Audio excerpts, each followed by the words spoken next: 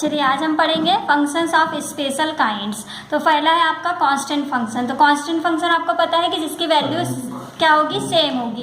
If f such that x tends to y is such a function that corresponding to all x belongs to x set y contain only one element, मतलब ऐसा set जिसके पास में सिर्फ एक ही element हो, जैसे कि F x is equal to 2 हो जाए, एफ एक्स इजिकल टू 3 हो जाए। सी से हम कांस्टेंट को रिप्रेजेंट करते हैं, मतलब ऐसा फंक्शन जिसके पास में एक ही एलिमेंट होता है वो आपका कांस्टेंट फंक्शन कहलाता है। F is called a constant function.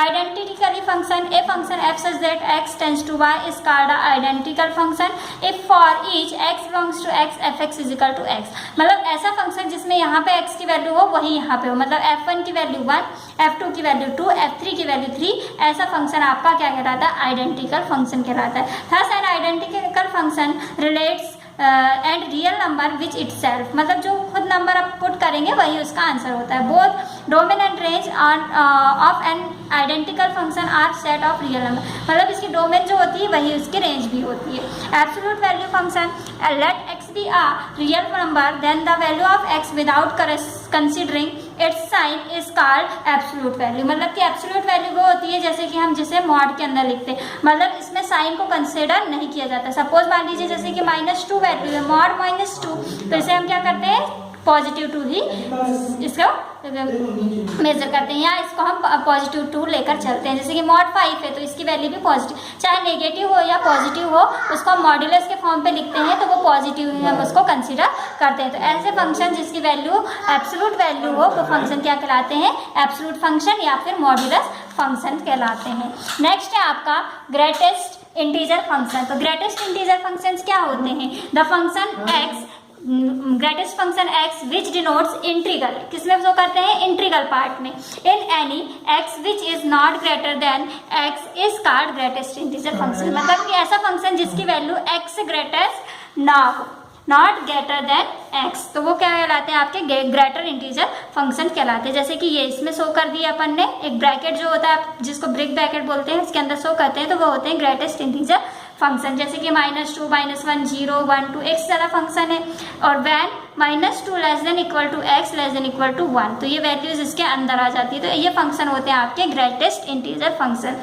Next है आपका even function. If in the domain of a function f for each x and minus x, f minus x is equal to x, यदि आप negative value भी रखते हैं तो आपको क्या वैल्यू मिलती है, पॉजिटिव वैल्यू मिलती है। तो ऐसे फंक्शन जो होते हैं वो आपके इवन फंक्शन होते हैं। जैसे कि f माइनस एक्स, तो फंक्शन आपका x स्क्वायर था, आपने -x की वैल्यू पुट किया तो -x का स्क्वायर कितना होता है, पॉजिटिव x स्क्वायर, तो ये फंक्शन आपका कौन सा फंक्शन है, इवन फंक्शन। तो ऐसे फंक्शन क्या होते हैं, इवन फंक्शन होते हैं। और function, if in the domain of a function f for each x and -x, f minus x is equal to minus, मतलब जो हमने माइनस में वैल्यू पुट किया है तो वो माइनस में ही वैल्यू आपकी आती है, वो फंक्शन होते हैं ऑड फंक्शन। जैसे f x is equal to x, जो पुट किया वही मिला, f x is equal to sine x, F x is equal to x इसका tan x, f minus x is equal to sine minus x, मतलब माइनस साइन एक्स, तो ये function आपके होते हैं odd function. Periodic function, periodic function होते हैं if in the domain of a function f for each x and x plus p is equal to fx, then f is called the periodic function of x and the least positive value of p is called the period of function. For example periodic function, मतलब कि जैसे कि sin x plus 2 है तो ये पहला function, फिर इसमें 2 पाई प्लस हो गया सेकेंड फंक्शन, फिर 2 पाई प्लस, मतलब सेम वैल्यूज प्लस कर आप इसको बढ़ाते चलते हैं, तो ये फंक्शन होता है पेरियोडिक फंक्शन। जैसे कि here the least value of p is 2 पाई, यहाँ पे क्या है 2 पाई प्लस करते चले तो लीस्ट वैल्यू क्या है p, और p क्या कहलाता है, पीरियड कहलाता है, तो ये आपकी पेरियोडिक फंक्शन होते हैं। नेक्स्ट है आपका 1-1 फंक्शन। तो 1-1 फंक्शन क्या होते हैं, if f such that x tends to y be a function and the elements of y corresponding to any two different element of x are different, then f is called a 1-1 function. In other words, for any x1 x2 belongs to x, यदि आपके पास में दो function है x और y लेकिन उनके elements क्या हैं, एक दूसरे के इक्वल है, तो वो फंक्शन आपका 1-1 फंक्शन कहलाता है। जैसे कि x1 और x2 दोनों किसको बिलोंग्स करें, x को, देन fx1 की वैल्यू fx2 की वैल्यू के इक्वल होगी, मतलब fx1 की वैल्यू x1 और fx2 की वैल्यू कितनी x2, ये दोनों एक दूसरे के इक्वल है। Example for domain r y is equal to sine x is not a 1-1 function but but if domain is minus pi by two pi by two then y is equal to sine x is a 1 1 function. तब है होता है sine x 1 1 function, जहाँ पे हमने क्या रखे -1 1। जैसे कि हमने पिछले एक्सरसाइज में एक साइन एक्स की वैल्यू फाइंड किया था, उसमें हमने बताया था आपको 0 से इनफाइनाइट तक वैल्यू रखना, तो आपने क्या किए थे पाई बाई टू और पाई बाई टू की -1 में वैल्यू रखने पर -1 1 आपको मिल जाता है। इनवर्स फंक्शन क्या होता है? Let f such that x tends to y be are not 1 1 function. यदि एक 1 1 फंक्शन है then and for x belongs to x, और x किसको बिलोंग्स करता है? x डैश को। fx is equal to y and y belongs to y if the range of f is y, उसकी range कितनी होगी? y होगी, क्योंकि सेकंड फंक्शन सेकंड जो वैल्यू आती है वो उसकी रेंज होती है, तो वो उसका इनवर्स फंक्शन कहलाता है। यदि उसे हम इनवर्स के फॉर्म पे लिखते हैं f to the power -1, क्या हो जाता है? पहले x से y पे गए एलिमेंट्स फिर y से x पे यदि आ जाते हैं तो वो हो जाता है इनवर्स फंक्शन। तो ये होता है इनवर्स फंक्शन। एक्सप्लिक्ट फंक्शन और इम्प्लिक्ट फंक्शन। तो एक्सप्लिक्ट फंक्शन क्या होता है? When a function is expressed directly in term of an independent variable. Independent variable के फॉर्म पे यदि होते हैं तो वो होता है एक्सप्लिक्ट फंक्शन, और यदि डिपेंडेंट होते हैं तो वो हो जाते हैं इम्प्लिक्ट फंक्शन। तो ये इस तरीके से एक आपका पैरामीट्रिक भी होता है। और ग्राफ ऑफ फंक्शन, तो ग्राफ आपको बनाना बनता ही है, किसी फंक्शन के ग्राफ कैसे निकालते हैं।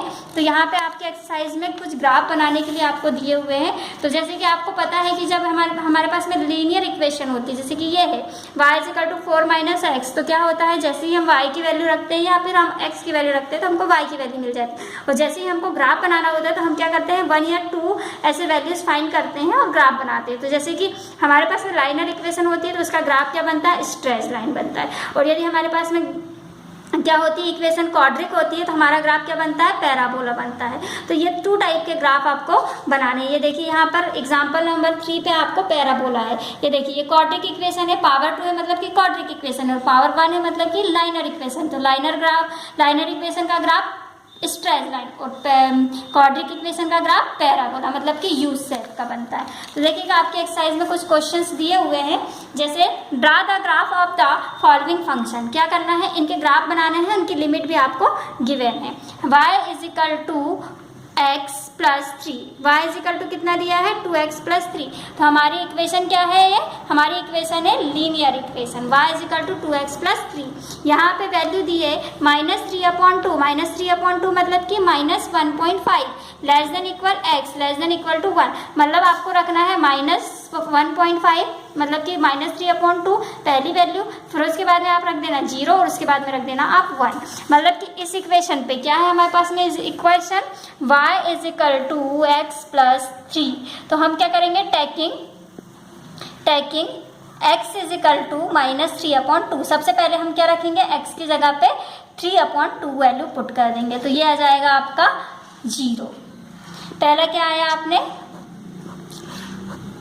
x की वैल्यू -3/2 रखे तो y की वैल्यू कितनी आई है? 0 आई है।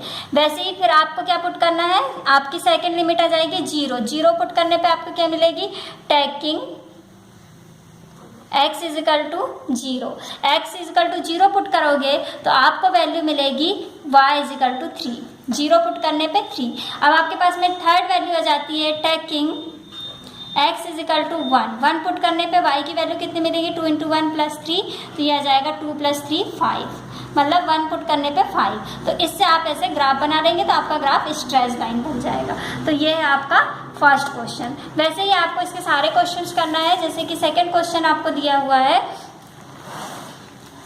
सेकेंड पे दिया है y = x² दिया। इट मीन्स ये हमारा इसका ग्राफ क्या बनेगा? पैराबोला, जिसकी लिमिट कितनी है? -2 से 2 तक है। तो -2 पुट करेंगे आप यहाँ पे तो 4 आ जाएगा, फिर -2 के बाद में आप -1 पुट करेंगे तो 1 आ जाएगा, फिर आप 0 पुट करेंगे तो 0 आ जाएगा, फिर 1 पुट करेंगे तो 1 और 2 पुट करेंगे तो 2। इन दोनों के बीच में जितने नंबर्स हैं वो आपको यहाँ पे पुट करके ग्राफ बनाना है। वैसे ही आपका नेक्स्ट क्वेश्चन है y = x - 2, जिसकी लिमिट कितनी है? 0 से 3। तो 0 से 3 है तो मतलब कि क्या क्या पुट करना है? 0 1 2 और 3 यहाँ पर पुट करना है आपको। ये मॉड्यूलस में है, अगर वैल्यू माइनस में भी है तो आपको किस पे रखना है? पॉजिटिव। जैसे कि 0 रखा तो -2, लेकिन कितना आएगा? 0,2।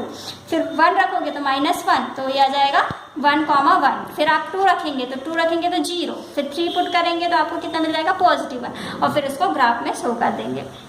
वैसे ही आपका next y = x and 1 - x function है। तो फर्स्ट के लिए आपको वैल्यू रखना है 0, less than equal to x less than equal to 1, मतलब कि 0 एंड 0.5, 0 पुट करना है एंड 0.5, बट यहाँ पर इक्वल नहीं है इसलिए आप सिर्फ एक ही वैल्यू पुट करेंगे 0, x is equal to 0 put कर देना, तो इसका आंसर हो जाएगा। फिर सेकंड पे आपको 1 माइनस एक्स है, तो when 1/2 less than equal to x less than equal to 1, मतलब कि 1/2 और 1 वैल्यू आपको यहाँ पे पुट करना है, 1/2 एंड 1, फिर आपका इसका ग्राफ बनेगा।